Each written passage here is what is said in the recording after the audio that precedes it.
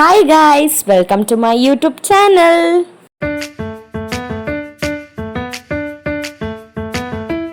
Thumbnail ನೋಡೇ ಗೊತ್ತಾಗಿರುತ್ತೆ ನಾನು ಏನು ವಿಷಯದ ಬಗ್ಗೆ ನಾನು ವಿಡಿಯೋ ಮಾಡಿದ್ದೀನಿ ಅಂತ. ಸೊ ಮಳೇಲಿ ನಾವು ಪಟ್ಟಿದ ಪಾಡಂತೂ ಅಪ್ಪ ಸಾಕಾಗೋಯ್ತಪ್ಪ.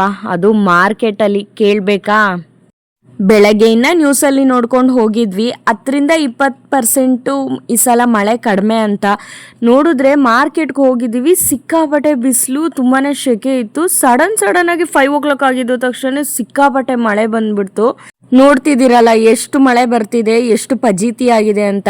ಇನ್ನು ನಮ್ಮ ಪಾಡಂತೂ ಕೇಳಬೇಕಾ, ಮಗುನ ಬೇರೆ ಕರ್ಕೊಂಡು ಹೋಗಿದ್ದೆ. ಸಾಕಾಗೋಯ್ತಪ್ಪ. ನಾವು ಮನೆ ರೀಚ್ ಆಗೋಷ್ಟೊತ್ತಿಗೆ 12 o'clock ಆಗೋಯ್ತು ನಮಗೆ. ನೋಡ್ತಾ ಇದ್ದೀರಲ್ಲ ಪಾಪ, 2 wheeler, ಹೆಲ್ಮೆಟ್ಸು. ಸೊ ಸಿಕ್ಕಾಪಟ್ಟೆ, ಅದು ಬೇರೆ ಆನೆಕಲ್ ಮಳೆ ಬೇರೆ ಬಂದ್ಬಿಡ್ದು. ನಾನು ಫಸ್ಟ್ ಟೈಮ್ ಗೊತ್ತಾ ಆನೆಕಲ್ ಮಳೆ ನೋಡಿದ್ದು. ಅದೊಂಥರ ಖುಷಿ. ಆದರೆ ನಾವು ಮಧ್ಯದ ರೋಡಲ್ಲಿ ಸಿಗಾಕೊಂಡು ಎಲ್ಲೋ ಒಂದು ಕಡೆ ನಿಂತ್ಕೊಂಡು ಮಗುನ ಎತ್ಕೊಂಡು ಅಪ್ಪ ಸಾಕಾಯ್ತು ಗುರು. ಸೊ ನಿಮಗೆ ಏನೇನಾಯಿತು ಚಿಕ್ಕಪೇಟೆಯಲ್ಲಿ ಮಾರ್ಕೆಟಲ್ಲಿ ಹೇಗೆಲ್ಲ ಪರಿಸ್ಥಿತಿ ಇತ್ತು ಅಂತ ನಾನು ನಿಮ್ಗೆ ಈ ವಿಡಿಯೋದಲ್ಲಿ ಪೂರ್ತಿ ಎಲ್ಲದನ್ನು ತೋರಿಸ್ತೀನಿ. ಪಾಪ ಆಟೋ, ಬೈಕ್, ಕಾರು, ಎಷ್ಟೊಂದು ಜನದ ಗಾಡಿ ಎಲ್ಲ ಕೆಟ್ಟೋಗ್ಬಿಟ್ಟಿತ್ತು. ಅದು ಮೇನ್ ರೋಡಲ್ಲೇ ಕೆಟ್ಟೋಗಿತ್ತು. ಇಬ್ರು ಗಾಡಿ ಕೆಟ್ಟೋದ್ರೆ ಅಲ್ಲಂತೂ ಮೂವ್ ಮಾಡೋಕ್ಕೆ ಆಗ್ತಾ ಇರಲಿಲ್ಲ. ಅಲ್ಲಿ ಸ್ವಲ್ಪ ದೂರದಲ್ಲಿ ಬೇರೆ ಮರ ಬೇರೆ ಬಿದ್ದೋಗ್ಬಿಟ್ಟಿತ್ತು.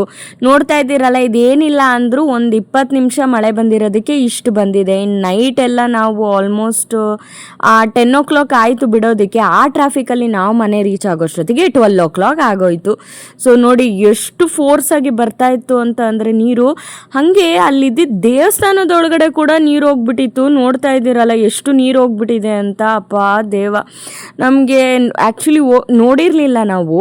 ಸೊ ಸಡನ್ನಾಗಿ ಹೋಗ್ಬೇಕಾದ್ರೆ ಈ ದೇವಸ್ಥಾನ ಕೈ ಮುಗಿಯೋಣ ಅಂತ ನೋಡಿದ್ರೆ ದೇವಸ್ಥಾನದೊಳಗಡೆ ಎಲ್ಲ ನೀರು ಬಂದುಬಿಟ್ಟಿತ್ತು. ಅಯ್ಯೋ.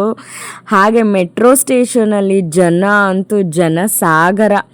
ಈ ಕಡೆ ಕ್ಯಾಬ್ ಬುಕ್ ಆಗ್ತಾ ಇಲ್ಲ, ಆಟೋ ಕೇಳಿದ್ರೆ 1-2 ಹೇಳ್ತಾರೆ, ಆಟೋದವರು ಬರ್ತಾ ಇಲ್ಲ, ಕ್ಯಾಬು ಬುಕ್ ಆಗ್ತಾ ಇಲ್ಲ.